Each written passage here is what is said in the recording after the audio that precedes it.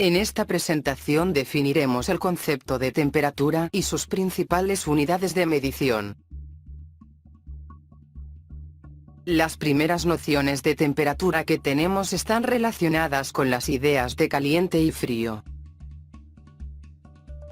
Al entrar a la ducha, solemos acercar la mano al agua y, apelando a nuestra experiencia sensorial, decidimos si está fría o caliente, y regulamos las llaves hasta que el agua quede a nuestro gusto. En un día caluroso usamos menos ropa, tomamos helados o bebidas y nos ubicamos cerca de un ventilador.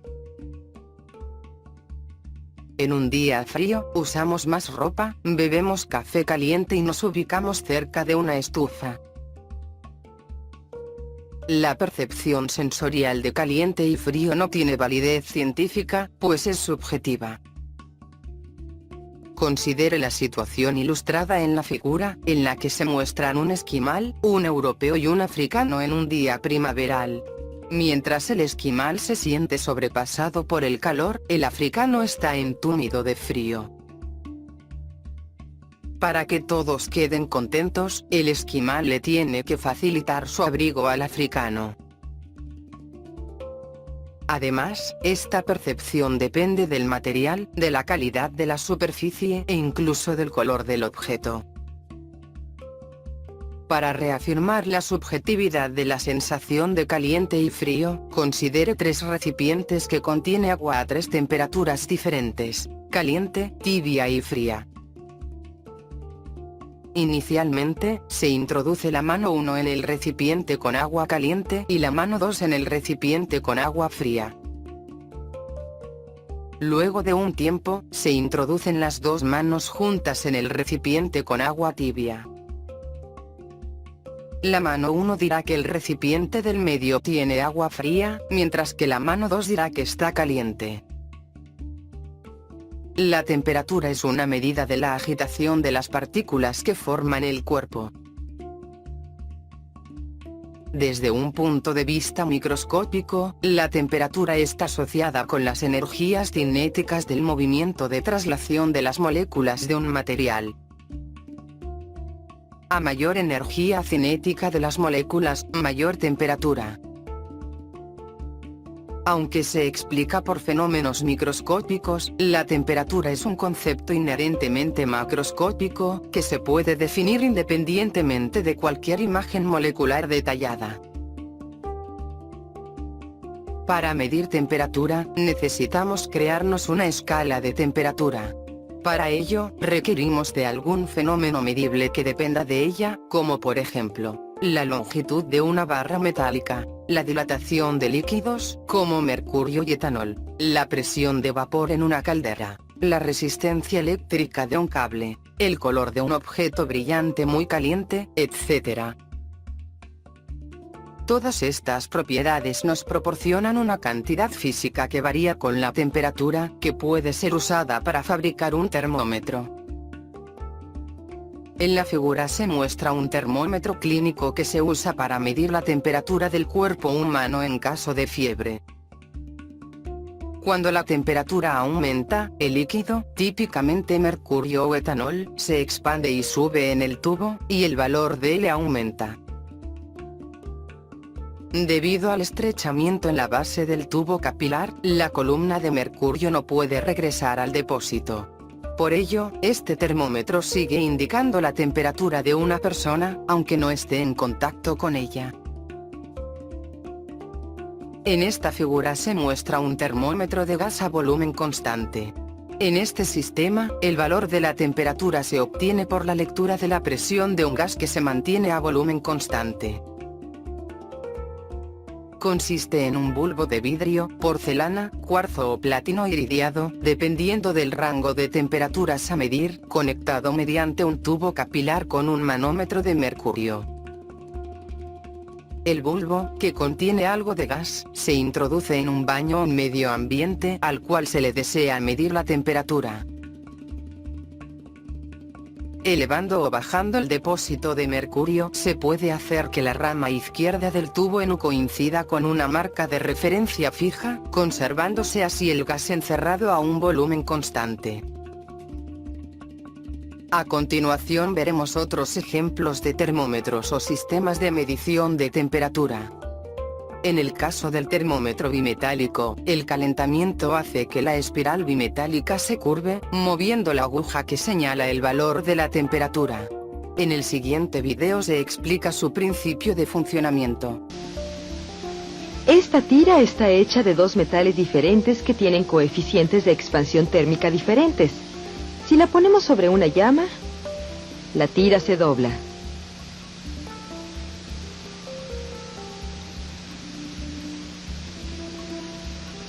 ¿Qué pasará si ponemos la tira en nitrógeno líquido?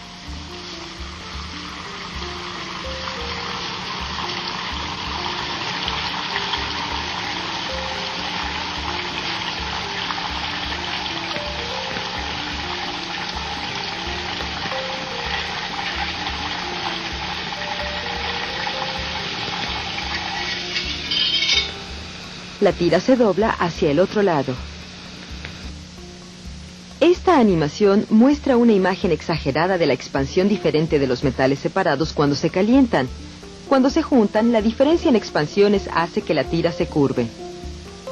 Si este material se curva en hélice, la hélice se tuerce más al calentar la tira y hace girar una aguja que puede usarse para indicar la temperatura.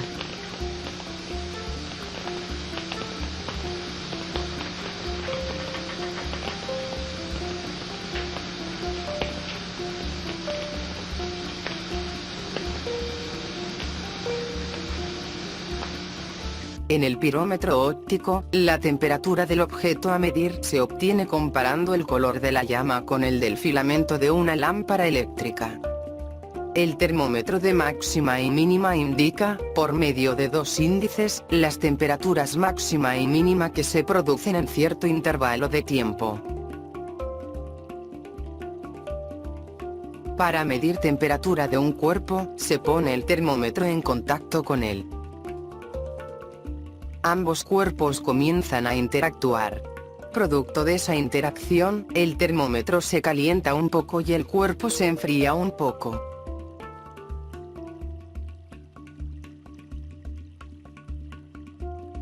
Una vez que el termómetro se estabiliza, leemos la temperatura. En ese momento, el sistema alcanza una condición de equilibrio, en la cual la interacción entre cuerpo y termómetro ya no causa cambios de temperatura. Llamamos a tal estado equilibrio térmico. Dos sistemas están en equilibrio térmico si y solo si tienen la misma temperatura. En estricto rigor, el termómetro mide su propia temperatura, pero como producto de la interacción, queda en equilibrio térmico con el sistema que está midiendo, su temperatura es la temperatura del sistema. Existen ciertos materiales con características especiales en cuanto a la temperatura. Los conductores térmicos, como los metales, facilitan el proceso de intercambio. Las ollas, sartenes, teteras y otros artefactos usados para calentar alimentos basan su principio de funcionamiento en la conducción térmica. Los aislantes térmicos como madera, espuma de plástico, fibra de vidrio dificultan el proceso de intercambio. Un aislante ideal no permite interacción entre los sistemas. Las neveras portátiles o termos se fabrican con aislantes térmicos. En el esquema de la figura, los sistemas A y B están separados entre sí por un aislante perfecto. Cada uno de ellos está conectado al sistema C por medio de sendos conductores perfectos. Claramente A alcanzará equilibrio térmico con C, y a la vez B también alcanzará equilibrio térmico con C. Por transitividad, A alcanzará equilibrio térmico con B. Consideremos el caso de los sistemas A y B separados entre sí por un conductor térmico perfecto, y ambos separados de C por un aislante térmico perfecto. A y B alcanzan equilibrio térmico entre sí, pero no sucede lo mismo con C, que está térmicamente aislado y no puede interactuar. La ley cero de la termodinámica dice lo siguiente: Si un sistema C está simultáneamente en equilibrio térmico con otros dos sistemas A y B, entonces A y B también están en equilibrio térmico entre sí. Esta ley, también denominada ley de la termodinámica anterior a la primera, es fundamental para entender las demás leyes de la termodinámica. Para que un termómetro sea útil, necesitamos graduarlo de alguna manera usando una escala conveniente. Las escalas son arbitrarias, y se pueden establecer usando diferentes criterios. Las escalas de uso más extensivos son la Celsius, la Fahrenheit y la escala Kelvin. Los hitos claves para definir la escala Celsius son los siguientes. A la temperatura del hielo fundente, en la que el agua transita entre los estados sólido y líquido a presión normal, se le asigna el valor 0 grados Celsius. A la temperatura del vapor de agua pura en ebullición, agua transitando entre los estados líquido y gaseoso, a presión normal, se le asigna el valor 100 grados Celsius. El resto de las temperaturas se define a través de una escala lineal entre esos dos hitos. Se define un grado Celsius como la centésima parte del rango de temperaturas antes citado.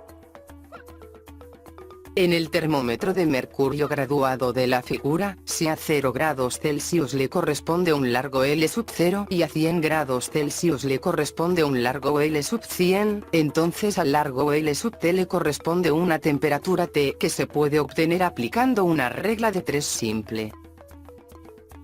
Esta relación es válida mientras se cumpla la proporcionalidad entre la longitud de la columna y la temperatura. La escala Fahrenheit fue uso extensivo en la mayoría de los países anglosajones hasta la década de 1960, cuando fue desplazada por la escala Celsius. Sin embargo, sigue siendo muy usada actualmente en los Estados Unidos. Los hitos claves para definir la escala Fahrenheit son los siguientes. A la temperatura de fusión de cierta mezcla frigorífica de hielo, agua y cloruro de amonio se le asigna el valor 0 grados Fahrenheit. A la temperatura de la sangre de un cuerpo humano sano se le asigna el valor 96 grados Fahrenheit. Haciendo la equivalencia con los hitos que definen la escala Celsius, para el caso del hielo fundente, 0 grados Celsius equivalen a 32 grados Fahrenheit.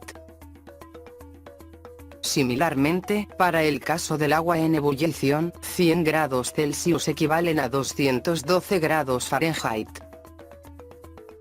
El resto de las temperaturas se define a través de una escala lineal entre esos dos hitos. Se define un grado Fahrenheit como la 180ª parte del rango de temperaturas antes citado. La equivalencia entre grados Celsius y grados Fahrenheit se puede establecer a partir de una regla de 3 simple. Así, la temperatura en grados Fahrenheit es igual a 9/5 de la temperatura en grados Celsius más 32. Despejando, se puede obtener que la temperatura en grados Celsius es igual a 5/9 de la suma entre la temperatura en grados Fahrenheit y 32. En este gráfico se muestra la relación lineal entre las escalas Celsius y Fahrenheit. Consideraciones teóricas, avaladas por todos los experimentos efectuados a la fecha, establecen que por ningún proceso real puede enfriarse un sistema físico hasta alcanzar una determinada temperatura mínima. A esa temperatura mínima se le denomina cero absoluto y se le asigna el valor 0 Kelvin, y equivale a menos 273.15 grados Celsius.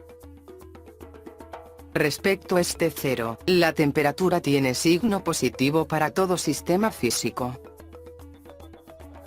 Se define una escala en la cual la temperatura en la que hielo y agua líquida coexisten en equilibrio es 273.15 Kelvin. La temperatura medida en escala Kelvin se denomina temperatura absoluta. La equivalencia entre grados Celsius y grados Kelvin se puede establecer a partir de una regla de 3 simple. La temperatura en Kelvin es igual a la temperatura en grados Celsius más 273.15. La temperatura en grados Celsius es igual a la temperatura en Kelvin menos 273.15. Un intervalo o diferencia de temperaturas tiene el mismo valor expresado en grados Celsius y en Kelvin. En el siguiente cuadro se muestran las principales equivalencias entre las escalas Celsius, Fahrenheit y Kelvin.